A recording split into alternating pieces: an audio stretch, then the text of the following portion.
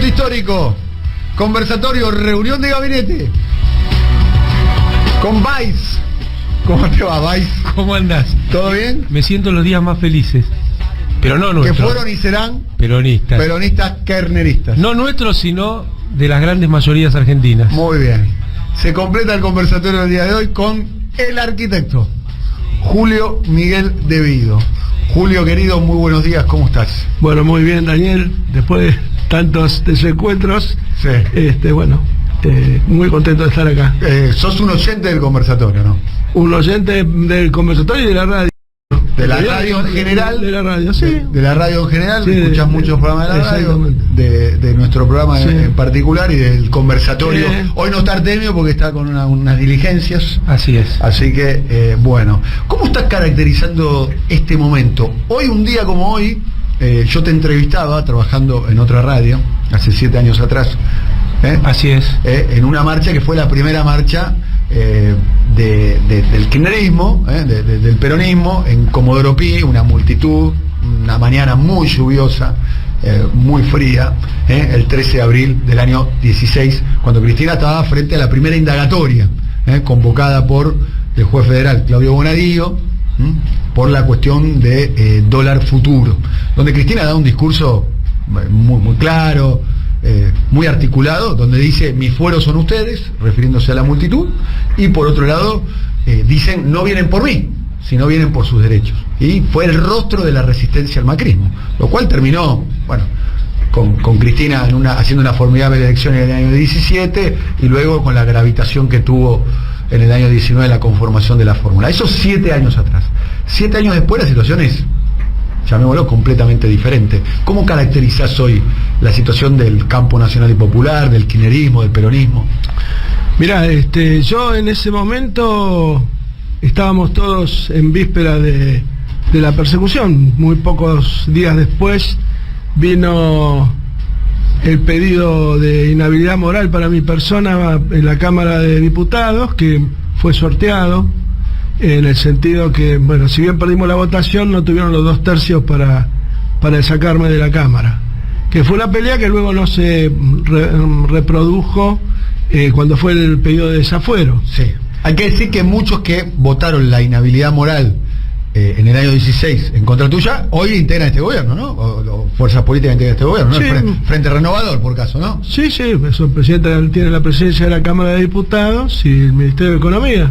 Y además de uno de ellos se habla que es un potencial candidato, según estaba escuchando en la radio antes y tu comentario con el cual coincido, y bueno, y que reflejaba objetivamente lo que pasó ayer en la reunión que tuvieron en el Senado con Cristina, algunos dirigentes gremiales particularmente, y otros políticos, es decir, donde Cristina planteaba esa suerte de afecto y que se dirigía más llamándolo Sergio y demás.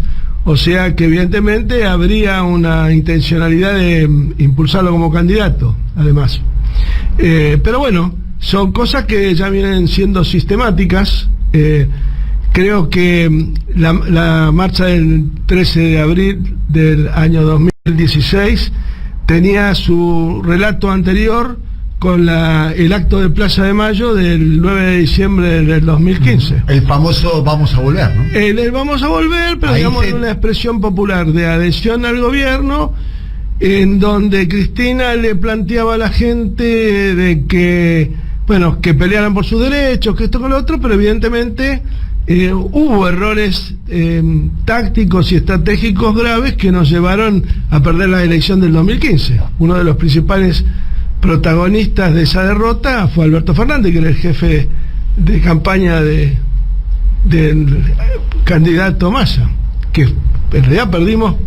El 2015 se perdió por Massa y por mala elección de algunos de los candidatos de la fórmula, y también en el año 2017 se perdió por Randazzo, que también fue uno de los mimados de la presidencia en su momento, ¿no? De hecho, tuvo un gran protagonismo en los últimos tiempos del gobierno de Cristina y, bueno, después se dio el lujo de rechazar la candidatura de gobernador de Buenos Aires. Y luego de derrotar a Cristina, de lograr que Cristina fuera derrotada por Bullrich en esa campaña. ¿Fue un error la fórmula Alberto Cristina? Y yo creo que la realidad nos indica que es así. La propia Cristina lo plantea. Porque digamos, lo plantea en su discurso y en las críticas permanentes, sobre todo en materia económica, que le hace al gobierno, fundamentalmente creo que por el acuerdo con el fondo, donde Desaira, quien fue su mentora política e impulsora de su candidatura, pues claramente la renuncia de Máximo a la presidencia del bloque en la Cámara de Diputados habla a las claras de una situación de quiebre. Ahí se quiebra el Frente de Todos, por más que algunos lo vean vivito y coleando. Yo creo que el Frente de Todos está en vísperas de una extinción política. Creo que se tiene que recrear con otro nombre, de otra manera, con otras formas, con otros candidatos, con otro programa, con otras políticas, y de alguna manera valorizando aquellos valores que se plantearon en la Plaza de Mayo en diciembre del 2015, ¿no? Estamos hablando con el arquitecto Julio Miguel De Vido. ¿Tu primer contacto con Néstor, con Cristina, fue en qué año y dónde? La primera vez que se encontraron. Fue en Río Gallegos. ¿Año? Año 2000, perdón. No te hagas. 1987. No. Digamos, en el 80 y yo fui a vivir a Gallegos, a radicarme en Gallegos el 5 de enero del 83. ¿Fue la primera vez? En octubre, por ahí, agosto, septiembre, octubre del 83, a 2 cuadras de la casa donde yo vivía, había una unidad básica y convocaban. ¿Vos eras un laburante telefónico? Yo no, en ese momento ya estaba trabajando en la actividad privada. Había dejado trabajar en renuncié en TEL y ingresé a la actividad privada trabajando en una empresa constructora. ¿Y eras peronista y dijiste, dónde puedo militar? No, en realidad llevaron los volantes a casa y bueno. No me digas que te los llevaron los volantes de Néstor o Cristina, no. No, vino el compañero que vivía ahí, me parece llamaba Punjabi. Bien, y empezaste a laburar con ellos. Y empecé a ir a las reuniones de los viernes. Claro, eran los viernes se juntaban. Afuera. ¿Cuántos había en esa reunión? ¿Cuánto? ¿Cuánta gente había en esa reunión? ¿80 y pico? No, 30, 40. Eran 30 o 40 que se juntaban. Después empezó a multiplicar. Lo que pasa es que había un criterio de responsables. Cada barrio tenía 1, 2 o 3 responsables y que concurrían a esa reunión. El famoso laburo territorial. Exactamente. Pregunta. Profundo. ¿Y Néstor ya tenía uñas de guitarrero? En esa época. Sí, vos ya le veías a Néstor un dirigente. Imagínate que, bueno, Arturo Pulicelli asume el 10 de diciembre del 1983, y Néstor asume en ese momento como presidente de la Caja de Previsión. Así algo es. Parecido al ANSES local, claro. Al ANSES. Bueno, a ver. Y se arma un fondo único, o sea, se hizo una cuenta única del Tesoro, entonces los organismos autárquicos no recibían automáticamente el goteo de fondos, y bueno, ahí se vino una discusión muy fuerte con a los pocos meses se fue. A los 6 meses, creo que menos, A ver, si no ¿esto qué quiere decir? Ahí me vinculé mucho más con él porque me compré la lucha, esa capacidad, la determinación. Que tenía y la determinación, en pleno proceso democrático, donde toda la primavera y todo lo que hubo estaba todo bien. Estaba claro. Bien, conocés como pocos a Néstor, que trabajaste muchos años al lado de él. Fuiste, vos y Carlos Tomada fueron los únicos 2 ministros que acompañaron tanto a Néstor, a Cristina, durante las 12 años y medio de las 3 presidencias.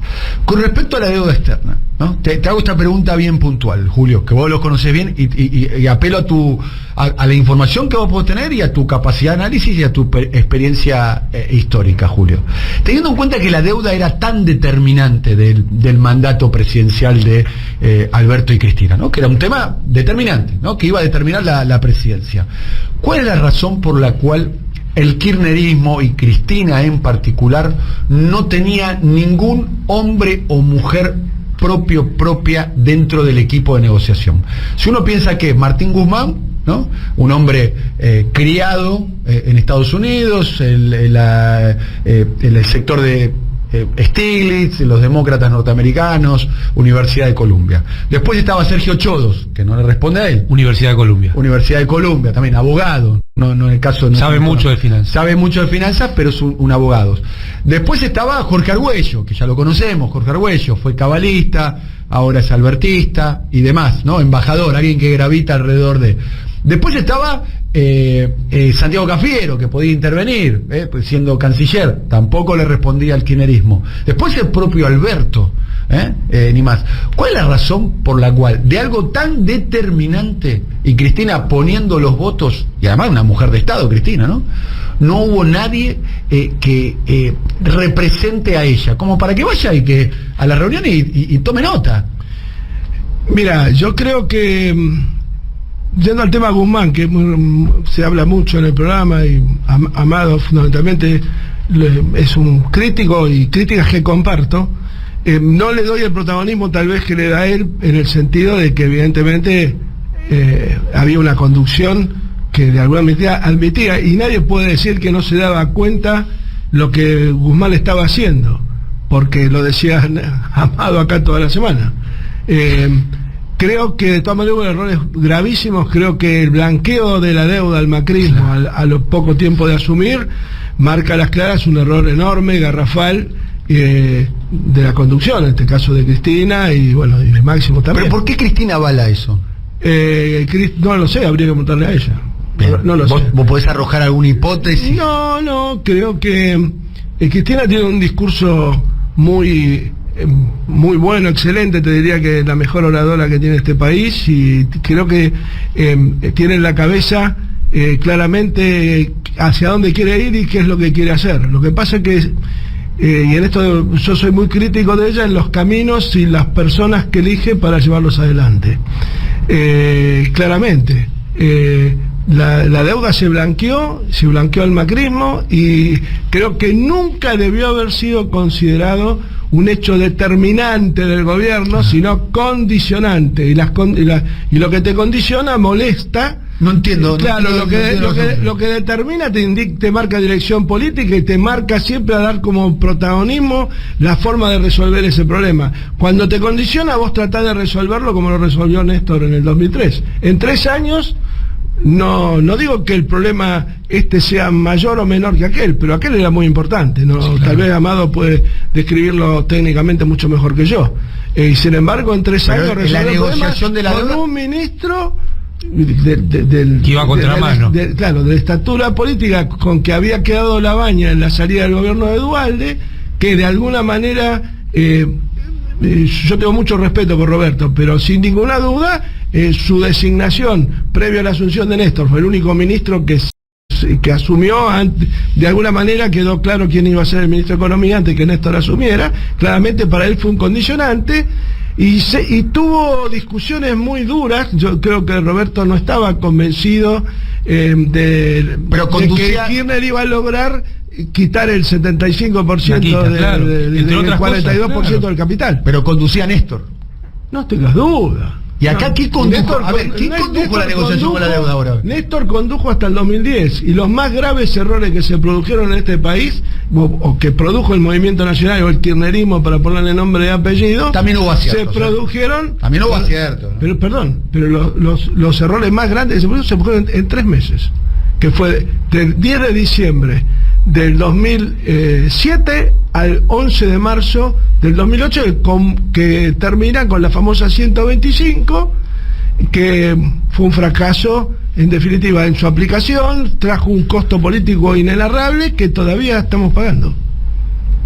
Con lo cual no digo que haya que bajar las retenciones, ni tampoco dejo de decir que hay que nacionalizar el comercio exterior. Si fuera por mí, haría en ese sentido, por lo menos darle al Estado y a la fuerza viva de este país, que son los verdaderos productores de la riqueza argentina, que se exporta, porque en realidad lo que excede, lo que se exporta es la riqueza, una participación en la administración de esa divisa que hoy no tiene. La manejan 8 empresas, de las cuales creo que una sola es de nacional, que es Aceitera General de esa, que como se internacionalizan, de última su forma de funcionar, forman activos externos en el exterior y administran como Techin desde Luxemburgo. Estamos hablando aquí con el arquitecto Julio Miguel Devido. Cuando vos eras ministro, ¿tu Chacarita Atlanta era con Labaña o con Alberto? No, Chacarita Atlanta era cuando era pibe y me colaba en el segundo tiempo, bueno. Iba a ver a Vos sos de Villa Crespo. Yo soy de Villa Crespo, es mi segundo club. Ya soy hincha de Boca, vos sabés, como vos sos de River y de Ferro, yo soy de Boca. Está muy bien. Pero ¿cuál era tu enfrentamiento? Guarda que te ponen No, cuando gana River, medio programa para verdubiarnos a nosotros. No, falso, no hay ningún tipo de prueba. Pero ¿cuál era tus enfrentamientos, tu posicionamiento interno? ¿Era con Labaña o con Alberto? No, con Roberto no, yo no tuve enfrentamiento, al contrario, tuvimos diferencias, pero articulamos funcionalmente una relación de trabajo muy articulada. No tuve problemas y fundamentalmente digo que hasta tuve colaboración, no solamente de él, sino algunos de sus colaboradores, el Eduardo Pérez, por ejemplo, que nos ayudó a construir, digamos, el edificio burocrático del Ministerio de Planificación. La renovación de los contratos. Yo tuve que crear un ministerio que no existía. Claro, de cero. Sí, el Ministerio de Planificación era en el gobierno de Kirchner lo mismo que hoy es el de Massa, pero la diferencia que en aquel momento, Néstor, el 10 de diciembre del 2003, del 25 de mayo del 2003, armó planificación con un criterio centralista y de administración de la estructura, fundamentalmente de la infraestructura de la Argentina y de algunos sectores importantísimos como el transporte y la minería, al servicio de un proyecto de escala mayor, ¿no? Alguna vez me contaste, estamos hablando aquí con Julio Miguel Devido, después me gustaría que participe el compañero Jorge Duarte, que acá tenemos a Amado, que había tanta inestabilidad cuando asumieron con Néstor que bajaban del ascensor y no sabían si al otro día, terminando la jornada, terminando el día, y no sabían si al otro día quizás volvían por el nivel de problema de gobernabilidad que tenía la Argentina. ¿Era tan así?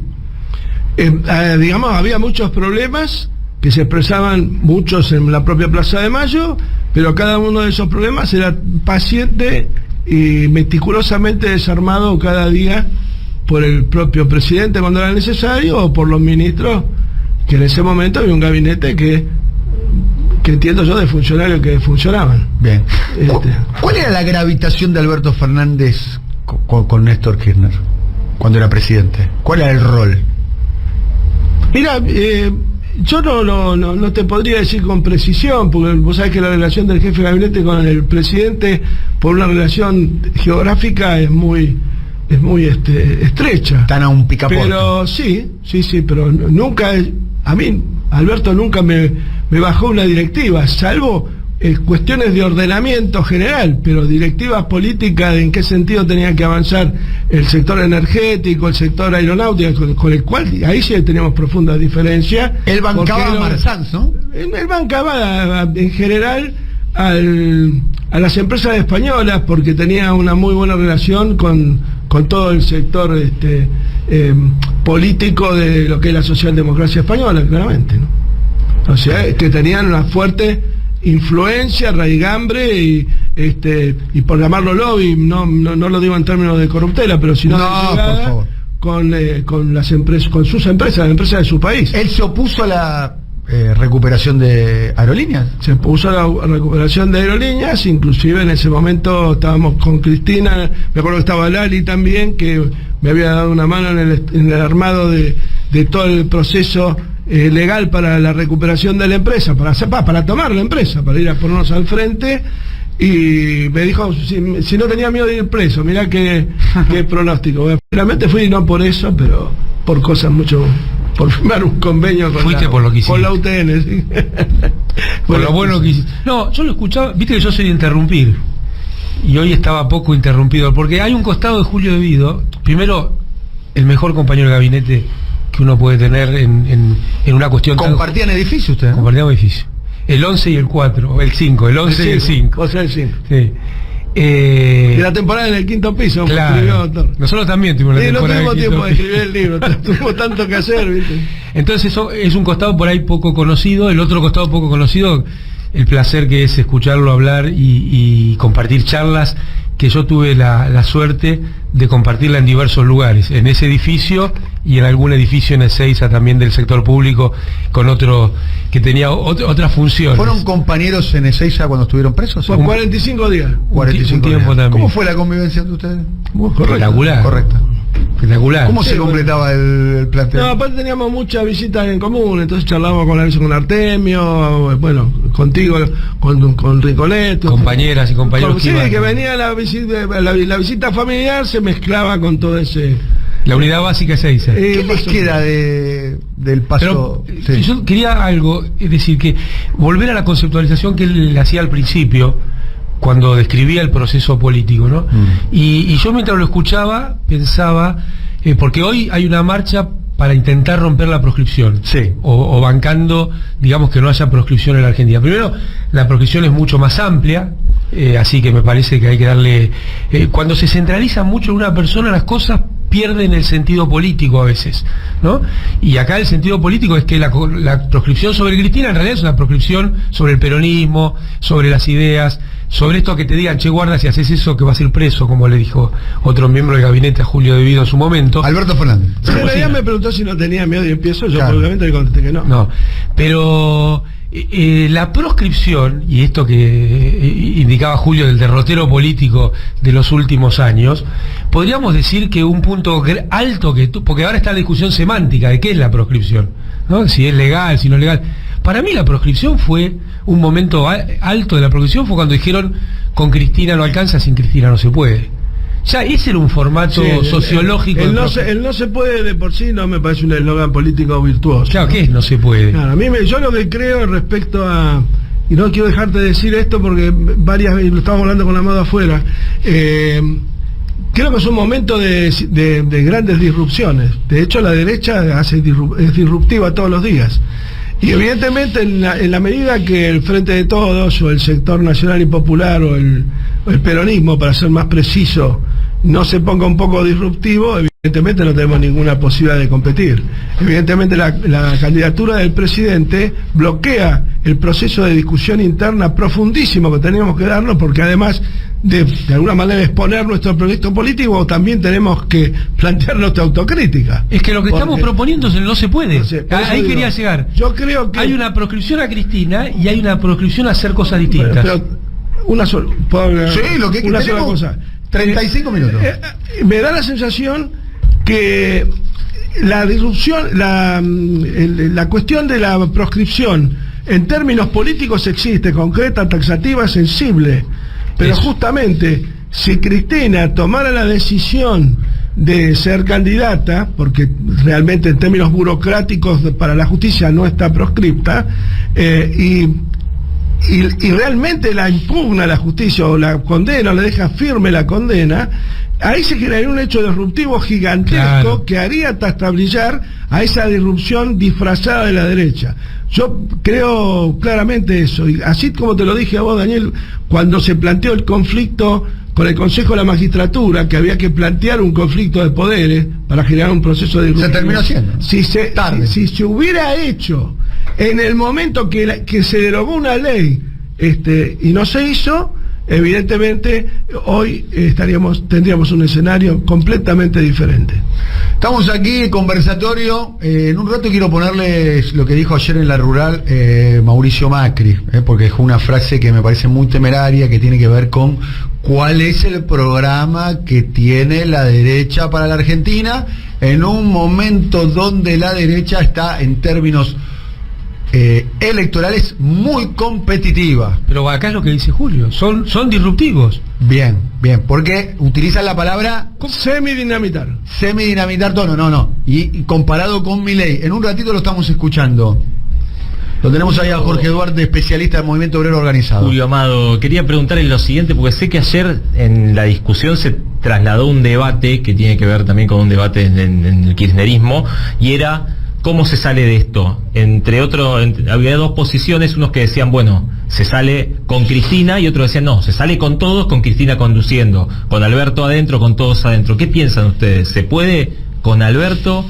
¿Hay que ir hacia otro armado, sin Alberto, con menos compañeros, con una idea más clara? Siempre cuanto más mejor, siempre que no obture la conducción. Está claro que con este sistema no salís. con este presidente, con este gabinete, con este ideario, no salís. Porque, volviendo a algo que se decía al principio también, Julio hablaba del tema de la deuda. El tema de la deuda, a veces te dicen, no, bueno, vos qué sabés, el tema de la deuda es un tema político, no es un tema económico financiero. Y vos fíjate que nuestro gobierno lo que hizo fue profundizar o consolidar la política de Macri. Lo quiero decir con todas las letras. En ese tema consolidó la política Macri. El kirchnerismo, el peronismo kirchnerismo, llamalo como quiera, una de las premisas era desendeudar, que era una de las premisas de Perón en su primer y segundo gobierno, ¿no? No nos olvidemos que no es una cosa que nació un repollo. Cuando se declaró la independencia económica de Argentina, a mediados de la década del 40, era el día que se terminó de pagar la deuda, fue un 9 de julio.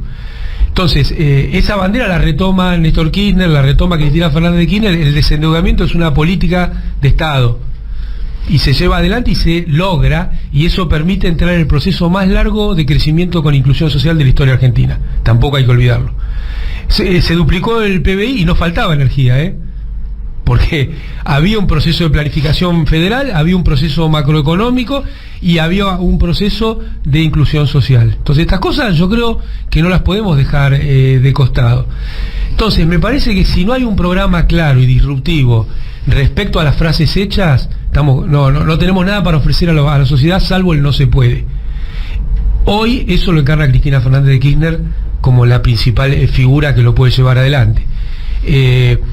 A mí me parece que esta situación que estamos viviendo es ya fruto de la proscripción en el 2009, con Cristina no alcanza, sin Cristina no se puede, y esa proscripción nos llevó a malas políticas públicas. La convencieron a ella de que con ella no se podía, porque si vos relees o reescuchás o revés el video de presentación de la candidatura de Alberto Fernández, yo lo estuve haciendo para el trabajo que estuvimos haciendo para... Se escribió un libro. ¿Cómo? Se escribió un libro. Vos dijiste ayer que había que hacer el Sinceramente 2. En un momento me parece que habría que... a mí no me gusta la palabra autocrítica para la política. A mí me gusta la palabra evaluación política. En algún ámbito se tiene que hacer. O privadamente... o públicamente, cada uno de los protagonistas elegirá el momento de... No, yo no digo de hacerlo como dice el camarada Stalin, pero... No sé qué decía Stalin. Y la purga, es decir, sentarte y decir que es lo peor del mundo. Creo que el debate hay que darlo, es inevitable. Ahora, ¿cómo lo das? ¿Dónde lo das? Y con la difusión que le des, es otra alternativa. Néstor, cuando hablaba en función de la pregunta que hizo él, sí, cortito, Néstor decía que lo peor que podía haber en la política era plantear consignas negativas. No se puede, no alcanza, eso es lo peor, porque te lleva a un fracaso ya preanunciado. Y luego que entre unidad y amontonamiento eran situaciones realmente antitéticas. Bien. Entonces vos tocaste el tema carcelario y no sé que nos está escuchando Fernando Esteche. A propósito, sí. Tengo un breaking news, claro, porque me está operando por el WhatsApp Fernando. Esteche, sí. Muy bien. Dice, un lujo inédito este programa de hoy. Los mejores cuadros de lo mejor que pasó en este país en las últimas décadas, reunidos por primera vez al aire juntos. Bueno, conversatorio, reunión de gabinete. Nos tuvimos dos logros, que él me hiciera leer a Gramsci y yo que le hiciera repetir frases de Perón. Así que fue un logro importante. Acá tira algo, un gran compañero, y también a él iban a verlo muchísima gente, el Tano Catalano, la gente de la Liga, un montón de gente que nos gran compañero Fernando. Tira algo igual acá, no sé si lo puedo decir o no puedo decir. Sí. Dice que ni Amado ni Julio lavaban los platos. Eso no es cierto. No es cierto. Ahí está. Dice es dato, no opinión. Eso no es cierto. Eso es una botoneada. La mía de contar el mensaje. No hace de celador. No. Fernandito. No digas cosas que no son. Bueno, está bien. ¿Qué recuerdos tienen de cuánto tiempo estuviste en Cana? 2 años y 3 meses. ¿Tuviste miedo en algún momento? No, digamos, porque uno piensa en la cárcel, piensa las puertas cerradas, la posibilidad de recibir agresión. Te digo más, ni siquiera, porque bueno, uno dice, bueno, me quedan por lo que quedo afuera. porque la fortaleza que tuvo Lali en ese momento aglutinó y le dio fuerza a la familia, a los amigos, al núcleo cercano. Y con ellos, tanto en Ezeiza como en Marcos Paz, conocí un montón de gente, Jorge Elbaum, Marcelo Parrilli, tipos que venían todos los sábados con sus medialunas a charlar con nosotros. Yo me acuerdo un sábado que vino Jorge Elbaum y Marcelo Parrilli con el agua a la rodilla, pues se había inundado. Realmente grandes compañeros. El compañero que está en la OEA, ¿cómo se llama? Raimundi, que venía a darle clases a Fernando, porque estaba dando una maestría, un poco doctorando, y después que terminaba la clase nos quedábamos conversando un rato con él, charlas además enriquecedoras. El Gordo Valdés vino también a verme, con Sabino, con Camilo. El primero que fue a visitarte fue Miguel Ángel Pichetto. El primer y único senador que me visitó, con el que mantengo relación actualmente, personal. El primero que fue a visitarte fue Miguel Ángel Pichetto. Miguel Ángel, sí. Un día también de lluvias en Pampa. Yo te puedo decir una cosa. Le quisimos dar tengo la máquina del tiempo. Llévame al ese diálogo me gustaría saber de qué hablaban Pichetto. Bueno, Pichetto todavía no. ¿Qué estás en Marcos Paz? Marcos Paz, sí, todavía no. ¿Tuvo algún? Sí. No había estado, no había sido candidato de Macri ni nada, o sea, cosa que tampoco me alejó en lo personal. Porque, me acuerdo que llovía muchísimo y le ofrecimos entre los presos, juntamos una campera plástica para que se pusiera, porque andaba siempre con su... La serie arranca así, Sí, me dice, la lluvia, Pichetto con la campera dice, que le prestaron los presos. Dice, ¿cómo me voy a llevar una campera de ustedes que están presas, Julio? Y bueno, hay una admiración mutua entre vos y Pichetto. A ver, yo te voy a contar lo que yo vi. Yo fui al lanzamiento del ARSAT 2, ¿no? Ahí, ¿dónde era? En Curazao. Curú, en Guayana Francesa. Guayana Francesa, ¿no? Creo cerca de Cayena, 60 kilómetros de Cayena. Claro, que fui ahí y fue porque el ARSAT 2 lo hacía el INVAP. El INVAP es una empresa estatal rionegrina, o tiene capitales estatales rionegrinos, y ahí fue el gobernador, que en ese momento era Bertinec, sí, y fue Pichetto. Me acuerdo que dialogaban mucho, digamos, tenían muy buena relación. Estuvo también Infran. Sí, y vos me dijiste, cada vez que hay un tratamiento de una ley en el Senado, yo pido el discurso de Pichetto para leerlo. Es cierto. Me acuerdo que me lo dijiste en el viaje de regreso que estuvimos conversando. Cuando fue lo del no positivo de Cobo. Esa fue memorable. Yo junté a todo mi staff y a la mañana lo primero que hice, además de pedirle la renuncia a todos los funcionarios que había puesto Cobo, lo primero que hice fue eso, y leer el discurso con los compañeros para darle un poco de con el matrimonio igualitario también. Ahí me trajiste el recuerdo, porque esto que decía Julio, la primera visita que yo tuve fue Fernanda Raberta, solita. A mí me vino a visitar también. La primera visita que tuviste fue el compañero. ¿Cuál? ¿El compañero Quieto y el compañero Doñez? No, está bien, pero de la política. Esto es más que acaba de escribir Manu Quieto mandándole saludos a Julio, que está escuchando el programa. Y después senadores, que claro, es difícil, ¿no? La presencia institucional. Sí. Y el senador Urtubey, Piñoco fue uno de los primeros que fue a visitar también. Sí. Manu Piñoco. El senador Urtubey. Y el Chango, el hermano de Juan Manuel. José Urtubey. Y Marín Pilati estuvo. Y Fernández Sagasti también. Hubo. Y después, sobre el final, nos vino a ver una senadora santiagueña también, que estuvimos un día contigo, ¿te acuerdas? Sí. Y yo no me acuerdo de la... Sí, uno se pierde en los recuerdos, ¿no? Sí. Pero esas personas que... No, claro, que pero ya el final era el final, ya habíamos ganado, por lo cual no le quita mérito. No. Pero había que ir... Ya el que quiso ir, aunque no pudo... No, en los primeros días... Había que ir en ese momento... Por eso me acordé de Fernanda Raberta, en pleno macrismo, ¿no? Y no tenía ni pase para entrar, pero como venía desde otra ciudad, la dejaron muy conmovedor, son esos momentos. Y de todas y cada uno de los que fueron, obviamente. Bien, estamos aquí y la figura, quiero hacer esto que hizo Julio, ¿no? Mónica, en ese momento... Mónica es la mujer de la mamá de Pilar, de fortaleza muy, muy importante. Bien, fue un momento duro, vos también tuviste un tiempo largo. Además, lo peor es que a vos te sacaban y te volvían a meter, lo cual de alguna manera producía. Sí, eso es jodido. Sí, y en las circunstancias en las cuales te detuvieron a vos, ¿no? En una causa, a vos te tienen por enriquecimiento, la causa de enriquecimiento ilícito del hijo, sin haberte llamado siquiera indagatoria. Claro. A vos tampoco.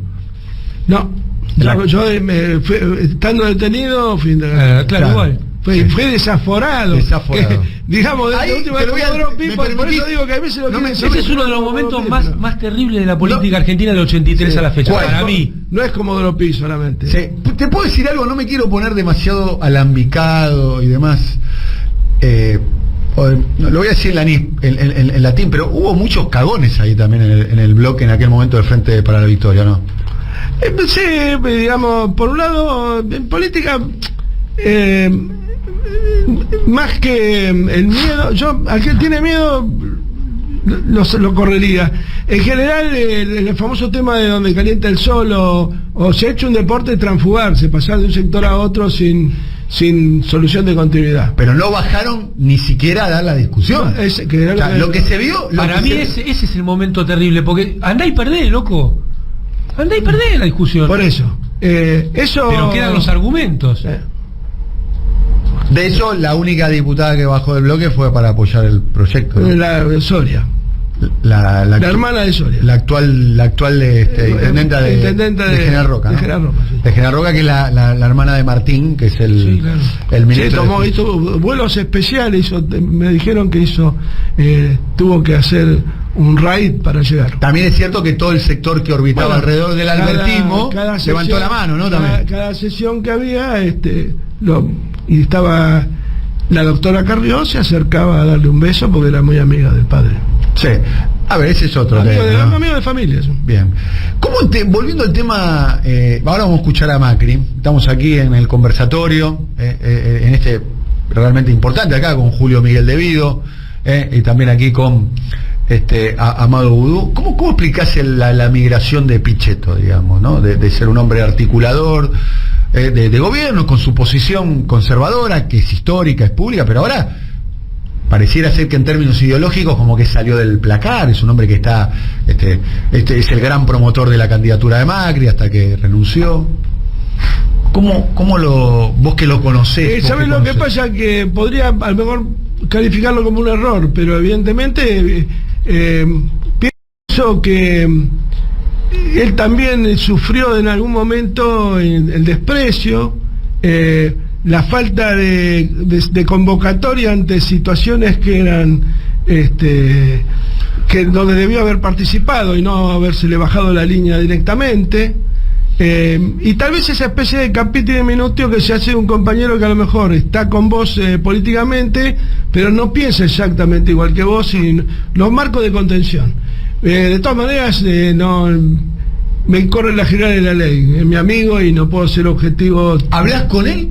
Sí, todo el tiempo. Permanentemente. Sí. ¿Y qué caracterizaciones hace él y hacen ustedes? Bastante parecida a la que hacemos nosotros, sí, en algunos aspectos.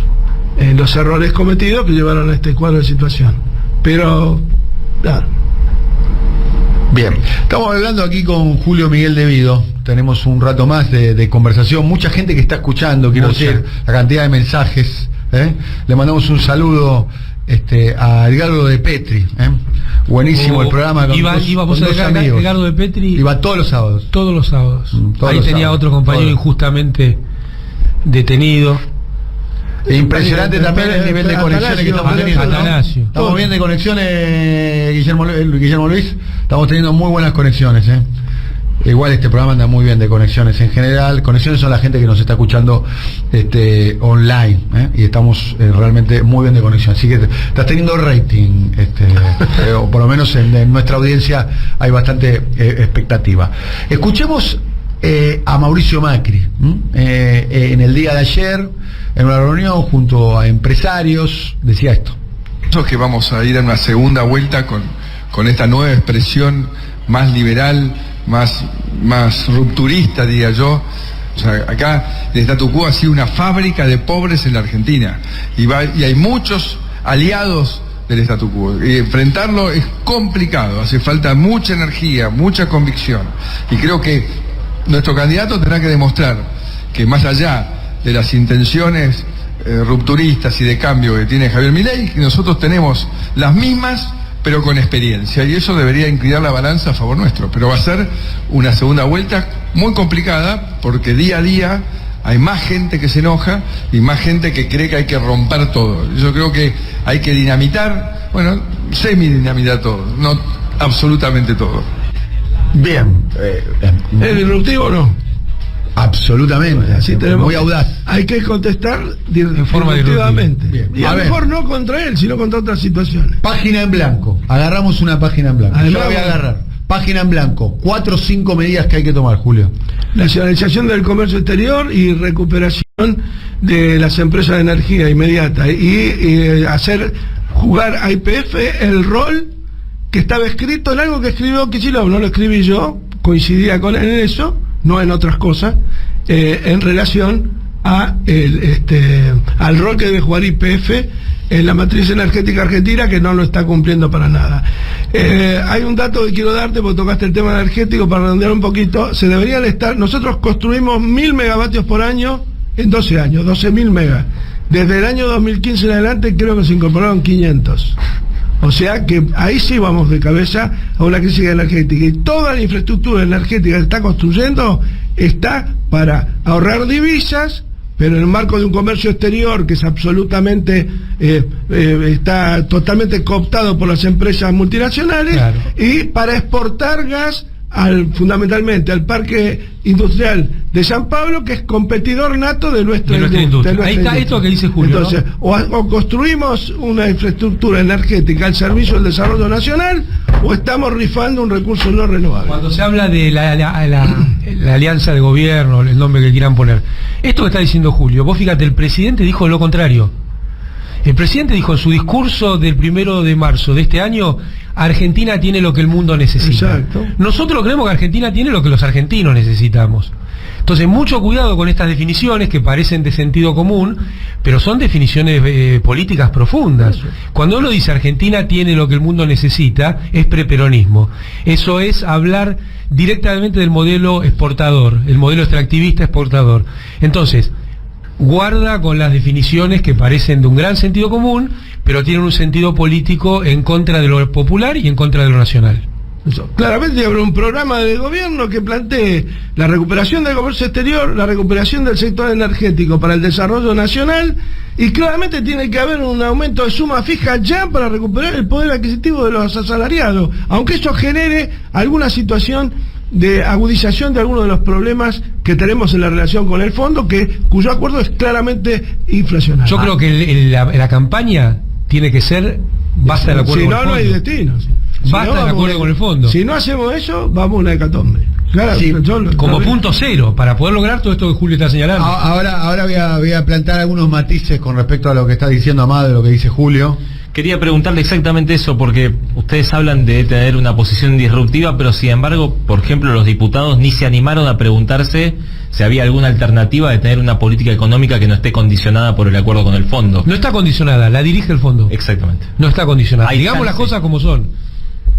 Está bien, a ver, discúlpeme, sí, no que puedo decir otra cosa. yo planteo, vos decís que el eje de la campaña tiene que decir no al acuerdo con el fondo, y el acuerdo con el fondo, el presidente de la nación dijo que el acuerdo con el fondo es su programa económico. Por eso dijo, no es el programa del fondo, es mi programa, lo dijo varias veces. Bueno, Alberto. Su programa llevó a la consolidación de las políticas de todas maneras, en deuda y en salarios. Hubo una voz en estos días de un diputado que votó el acuerdo. ¿Quién? Y vos lo reportaste hace poco, y acá lo escuché en tu programa, Carlos Heller. No. Estuvo con vos, me parece. No, está en la radio porque... No, pero de hecho, creo que fue una nota que escuché de él concretamente. Carlos Heller fue el miembro informante del Frente de Todo el Acuerdo del Fondo. Pero el miembro informante. Cuestionaba el modo con que no se está reclamando debidamente el tema de los sobrecargos. Creo que es un porcentaje importante. Muy no importante. Coincido en todo con Carlos, pero en eso y era un cuadro político, pues un cuadro político, Carlos, que venía se firmaron los sobrecargos. Sí, bueno, pero dice que ahora habría que dar la discusión, por lo menos eso. Está bien. No, eso no lo veo mal, Yo estoy de acuerdo con los sobrecargos como piso de la discusión.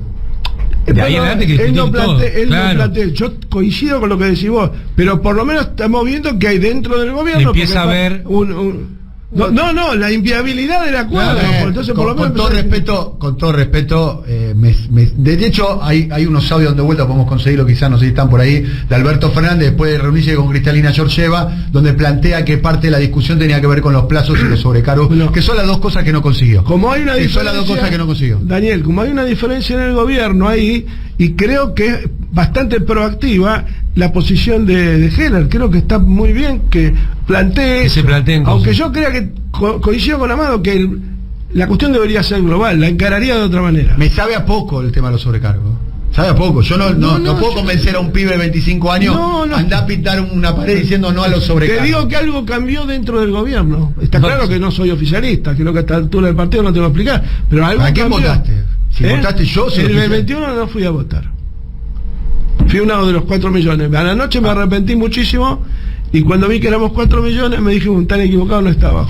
En el 21 no fuiste a votar. No fui a votar. No, pero en el 19 sí votaste. Sí, voté a Alberto, sí. ¿Votaste? Sí. ¿Votaste a Alberto? En la cárcel. Pero es tu gobierno. Entonces. Y me voté yo mismo porque yo era candidato a diputado. Te votaste vos mismo. ¿Pudiste ser candidato estando preso? Sí. Ya, estabas detenido y fuiste... ¿Por qué lo hice? Primero un compañero, amigo, el caso de Santiago Acuña, me ofreció y me pareció que era tácticamente muy valorable poder plantear, aquí estoy. Y además mi oposición era a Massa, porque yo competía con Massa. Bueno, los compañeros igual le votaron a Massa. Está bien. Pero esto de los 4 millones que no fueron a votar, en ese momento... mucho cuidado con esta cuestión. Claro. ¿Qué mesaza están diciendo muchos, Están planteando acá, Me parece que está escuchando Santiago Acuña, me parece. Por eso yo digo que a veces lo que parece... Le mandamos saludos. ¿Cuánto teléfono? Alguien que dice que es Santiago Acuña me está mandando mensaje, pero un teléfono que no conozco. Y bueno, por ahí lo cambió. Santiago Acuña o alguien que se hace pasar por Santiago Acuña. Por ahí la portabilidad que puso Julio Vido ya no funciona. Él dice que se siente amigo tuyo. Sí, claramente. Bueno, 10 minutos para terminar este programa, este conversatorio. Podemos decir, muchos realmente está explotado el nivel de conexiones. Bueno, por ahí ahí mucha expectativa. Por ahí si lo invitamos otra vez. Había mucha expectativa y demás. Vos que lo conociste a Alberto bien, estuviste 4 años y medio, ¿no? Trabajando de modo directo con él. Sí. ¿No?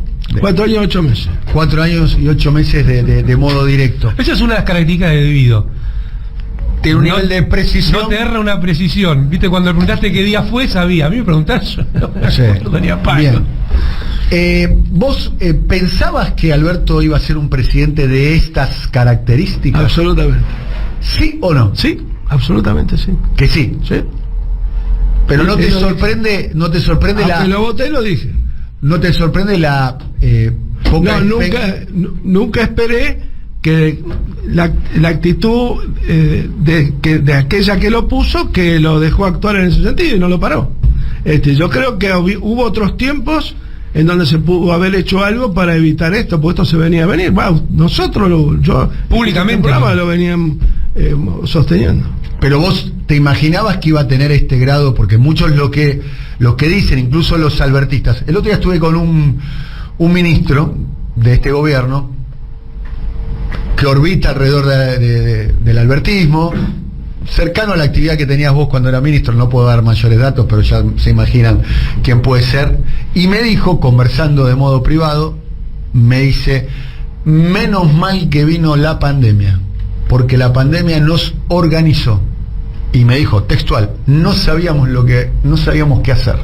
Digamos, como que no había gobierno, como que no había dirección clara, no sabíamos qué hacer con el país. Y muchos hablan de la falta de ejecutividad. Algunos sabían qué hacer. En el área de economía sabían qué venían a hacer. Sí. Igual no me respondieron. Ninguno de los dos me respondió la pregunta, ¿por qué Cristina no puso uno de ellas, por lo menos, a tomar nota en la negociación con los acreedores privados primero y con el fondo después? No me contestaron esa pregunta. Es que yo no lo sé. ¿Por qué lo puso a vos y el ANSES? ¿Por qué Massa fue jefe de gabinete? En su momento. Y después, Está bien, vos tenés después le hizo funcionarios, perder 2 elecciones. son funcionarios. No, pero después le hizo perder 2 elecciones. Yo no tengo nada contra Sergio, particularmente. No comparto muchas cosas que él piensa, obviamente, o la mayoría. Pero no es una cuestión personal. No es personal. No es personal. Bien. Pero la pregunta es, teniendo en cuenta que estuvo con Néstor Kirchner, que fue una figura gravitante dentro de la... Evidentemente, ¿por qué lo puso a Zanini de candidato en Córdoba? A vicepresidente, cuando perdió, no solamente que perdió catastróficamente la elección en Córdoba, sino también la perdió en su pueblo, y además después, y tampoco controló la elección, no hubo fiscales. Mi hijo vive en Córdoba. Sí. Mi hijo vive en Córdoba. Sí. O sea, no. Muchos sostienen que esa diferencia que hubo... Nos robaron la elección en Córdoba. Bueno, a mí me lo habían dicho un poquito más alambicadamente. Pero dice eso, ¿no? Que había... amigo, si no hay fiscales, no hay votos. Me parece que ahí... Una de las fortalezas de una estructura política es poder fiscalizar la elección. Ahí el Pichichi confió en el gallego de la Sota, ¿no? El gallego le dijo, vos no te preocupes. Y el Pichichi y cumplió. Y el Pichichi no se preocupó. Daniel, pero no podemos echar la culpa al gallego. Si vos no ponés fiscales tuyos, no puede ganar. No podés ganar, claramente. Mirá, una vuelta, no voy a dar nombres, pero... No, apellidos queremos cambiar. No, tampoco. Voy a contar el hecho. En una oportunidad fuimos a una provincia de visita después de las PASO de Scioli en el 2015. Sí. Entonces íbamos a inaugurar una obra. Sí. El gobernador le pregunta al intendente del lugar cuántos votos había sacado el PRO en ese lugar, y dice el 25%, y nosotros poner el 55, el 60. ¿Y tenían fiscales? No. Lo miró nomás. Ya sé quién. Bueno, ¿por qué? Porque en ese momento había una ola negativa para la fórmula que partía del propio Frente para la Victoria, que así se llamaba, porque no le gustaba la candidatura de Scioli, porque no se habilitó la posibilidad de una PASO.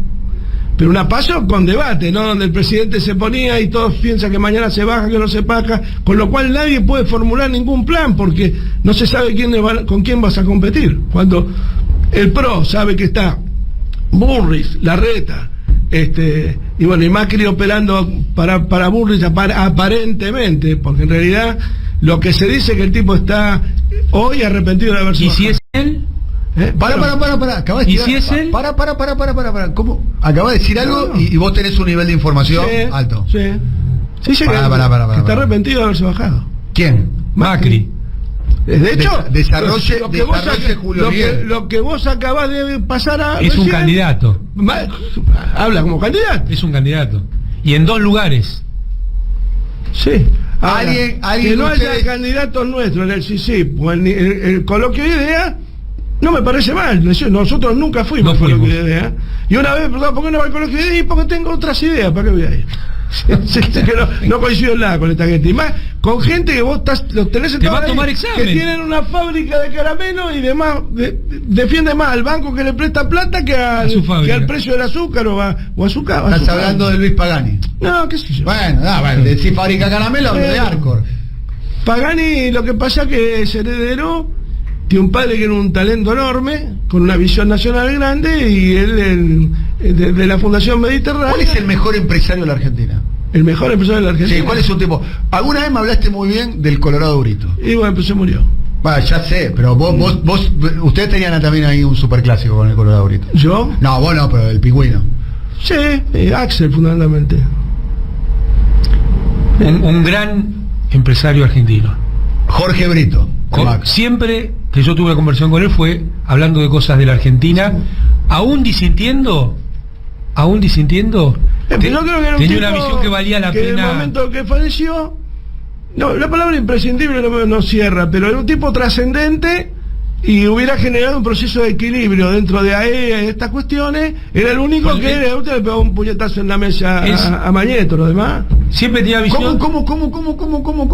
Claro, el único que disentía con Mañeto, con las cuestiones de una Mañeto. visión nacional. De hecho, cuando fue a declarar a una de las tantas causas, se fue con la muda de ropa, ¿no? Pues pensó que lo iban a detener. Que lo detenía. Se fue con el bolsito. Sí. O sea, se fue a declarar pensando que no salía el que lo iba a quedar adentro. Sí. Igual es muy fuerte un banquero como Jorge Brito detenido, ¿no? Pero eso te da la visión de lo que vino a hacer Macri. Hubo directores, dueños de medios de comunicación detenidos. Claramente. Eso vino a hacer Macri. Un vicepresidente, te lo tenemos acá. A robarle las empresas a estas personas. A ver, decime porque estuvo 2 años preso Esteche. Por la causa del memorándum con Irán, cuando no siquiera era funcionario. Era funcionario y además era un militante en contra de nosotros en muchas cuestiones. Estuvo detenido. Cuando fue el no, por eso, acá nos olvidamos de la cuestión. Otra cosa que consolidó este gobierno, de lo que hizo Macri, es el sistema de justicia. El mal llamado sistema de justicia. No tengo otro empresario, no me sale. ¿No? ¿Existe la autodenominada, autopercibida burguesía nacional? Existe con dirección cuando Tirame 3 nombres. Cuando había conducción política. Bueno, cuando Néstor habló de ese tema se refería a Brito, que había habilitado una línea de crédito para resolver las primeras certificaciones de obra, que nosotros no teníamos caja para resolverlas. Entonces les compraba los certificados de obra y bueno, digo, hoy este es un hecho que demuestra que hay una burguesía nacional que se puede poner en movimiento. Tampoco la... Eso te iba a decir, hay una burguesía nacional que es una tercera capa. Pero los cabezones, digamos, ahí es muy lábil, muy lábil. Yo te podría decir, vos sos un buen empresario, te digo Raúl Bertuga, que fue un empresario tenía una empresa de construcción de gasoductos, que cuando lo apretaron por el tema de la causa de los cuadernos, dijo que claro, muy preso. Bueno, estamos terminando el conversatorio histórico con la presencia de Quito Aragón. ¿Lo viste a Quito Aragón? Está en no lo vi. Ahí, Quito Aragón. Hola Quito, ¿cómo estás? Quito Aragón. Para el final, no vale pozo vacante, ¿eh? No vale tirar a la tribuna como los penales de Benedetto. Hasta ahora creo que no te tiramos ninguna. No, igual ya olvidaste. Además bien, sin despeinarse Julio Miguel. Al revés, la paró de pecho. ¿A quién votás? ¿A quién te gustaría votar para candidato o candidata a presidente en las próximas elecciones? Termino con Julio, voy a terminar con vos para que pienses. Amado. Yo creo que ese rol hoy lo tiene Cristina Fernández de Kirchner. No sé si quiere contestar el compañero Jorge Duarte, si no, puede... No, quiero escucharlo a...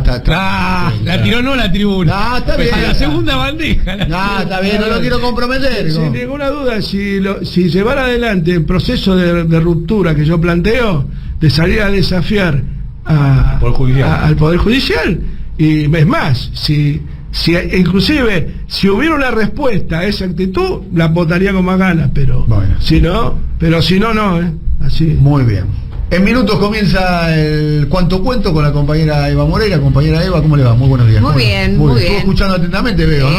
¿Quiere hacer un comentario? ¿Quiere hacer algún contrapunto? Lo que quiera. Qué lujo.